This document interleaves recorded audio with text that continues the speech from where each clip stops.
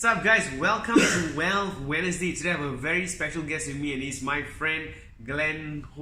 This guy is a full-time investor. He's a master trainer, and he trains with me all across the world as well. Very interesting guy. I just spent the entire weekend training with him in Malaysia, and I learned so much from this guy, man. Has an incredible story and truly has mastered the craft of options investing. So today I just want to actually interview him and ask him some questions and dig into his brains with regards to investing, so that maybe you can actually benefit as well. So welcome, Glen.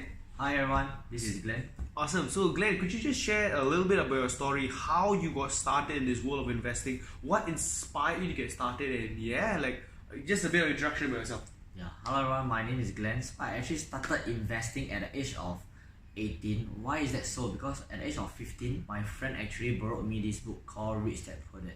And at the time, I'm so amazed by this word called passive income.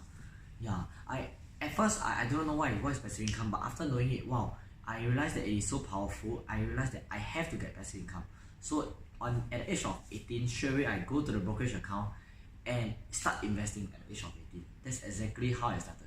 Wow, interesting, man. Yeah. So you started early, and that was huge leverage for yourself as well. But dude, I know your story. You started a little bit, and you were pretty much speculating, right? And that was up and down journey. You made some money, lost some money, never really got anywhere.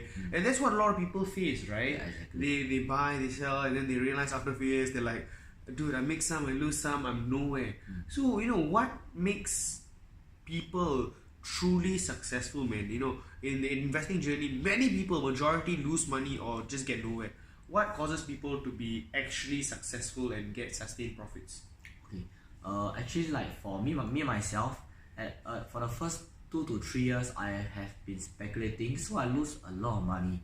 Only after I found this formula, which is the Buffett formula, which I learned from some guru and some mentor as well. Then I actually realized that wow, there's a formula to investing. It is not speculating. So after I followed the success formula and I slowly see result, that is where I saw confidence in myself, and that is where I put in even more money and even more daring into doing a bigger trades. I think confidence is very important. Yeah. It's interesting you say that, man. So can you give us specific examples, right, yes, of exactly. trades that you used to place last time versus trades you placed once you actually learned the Buffett formula? Oh, great. Last time I used to do this thing called the CFDs, contract for difference. So I actually speculate the market will go up and go down. So the interesting thing is sometimes I make a lot of money, sometimes I lose a lot of money. But the thing is, I do not want to have such a journey, because I really do not know why I make money and why I lost money as well. It's like a bit like gambling. Okay, after I know the success formula, which is this formula called value investing. Okay, which what Warren Buffett has been doing for many years.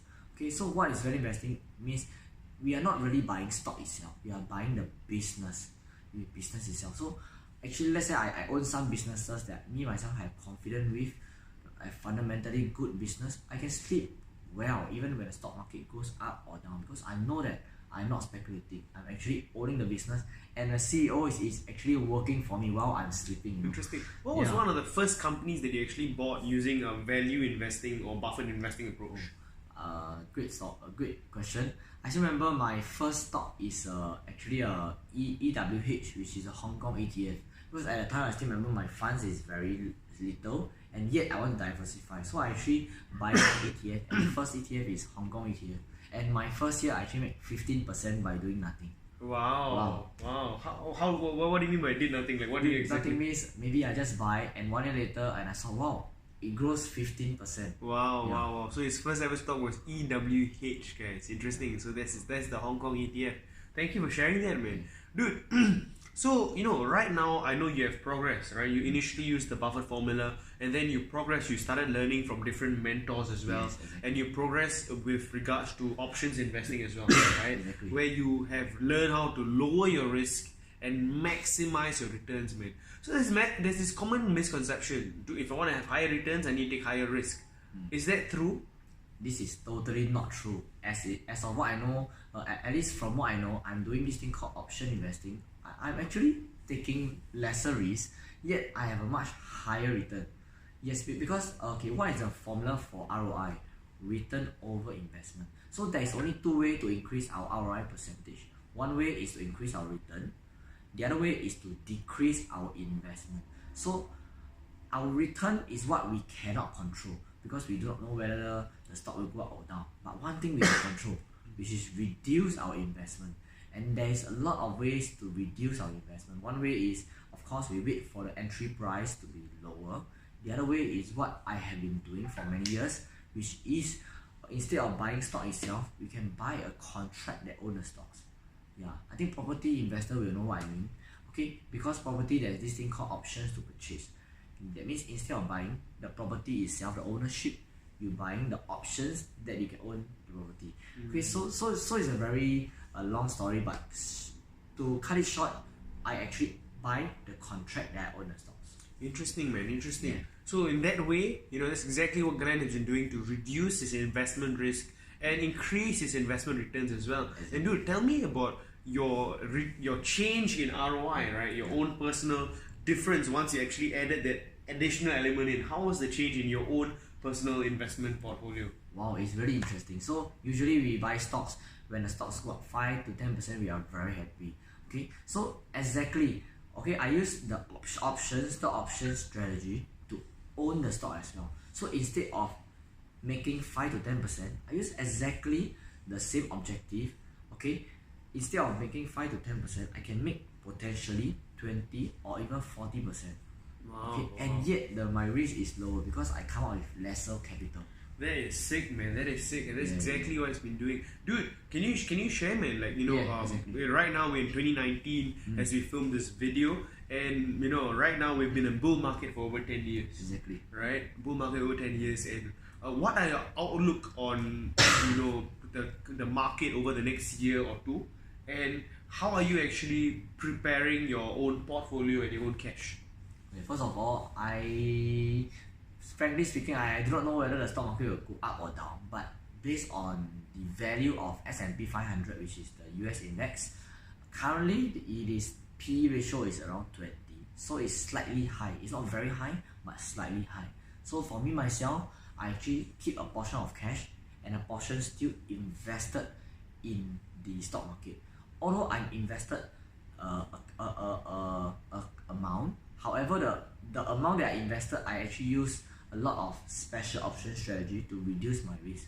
So if anything happens, I got more bullets to even enter even more. Wow. So this is exactly what Glen is doing right now, right? He's using his option strategies to make sure he's reducing his exposure in the markets. Exactly. And accumulating his cash as well, so that he has more bullets to actually enter. Let's say a correction happens. And dude, I think it's fascinating, man. Maybe for my viewers out there on Wealth Wednesday, can you give us two of your favorite companies that you are currently watching and is on your watch list? Okay, currently, as of today, one of my favorite stock as of today is one of it is Facebook, because Facebook for the last 6 months the stock price has been dropping for the last 6 months, and I think that the reason that the stock price drop is ridiculous, which is the scandal. Okay, and if you realize, although Mark Zuckerberg have this scandal, a lot of Facebook actually made this scandal, but we are still using Facebook to communicate with each other every single day. That means Facebook itself, the business, is still making money. So in the long run, I have faith in Facebook as well. Yeah, even right now, I'm still communicating with my friends using WhatsApp, using Instagram, and both of them actually owned by Facebook. This is how powerful Facebook is. Yeah. So one of it is Facebook. The other one is one of the Hong Kong company, which I've been looking at it. It is called the Maple Leaf Education, because I always wanted to own companies which have this business, which is formal education. That means our high school, our universities, our primary school. I've been searching all around, and I saw that this company really allowed me to own formal education. So I'm so excited to look at this particular company. Yeah, I forgot the number because Hong Kong usually we have this number, but it's Maple Leaf Education. Check out the company, guys. Check out the company. Check out the financials. Absolutely brilliant company. Both companies absolutely brilliant and possibly undervalued as well. So check them out and do your own due diligence. Do your own research. And if you're comfortable with it, you can possibly include them in your portfolio as well. Thank you very much, Glenn, for being on our show. For investors out there, just give them a final piece of advice. If they're afraid to begin in the investing journey, what is the one bit of advice that you give them, man? If they're afraid, right, always start with buying 1 or 2 stocks. Always start small, but you must always start. If you never start even a small amount, you will never start and you will go nowhere after 10 years. So start small, but think big. Start small, think big. I love that, man. I love that. Thank you very much, Glenn. I'll see you on my next episode in Wealth Wednesday. Ciao, guys.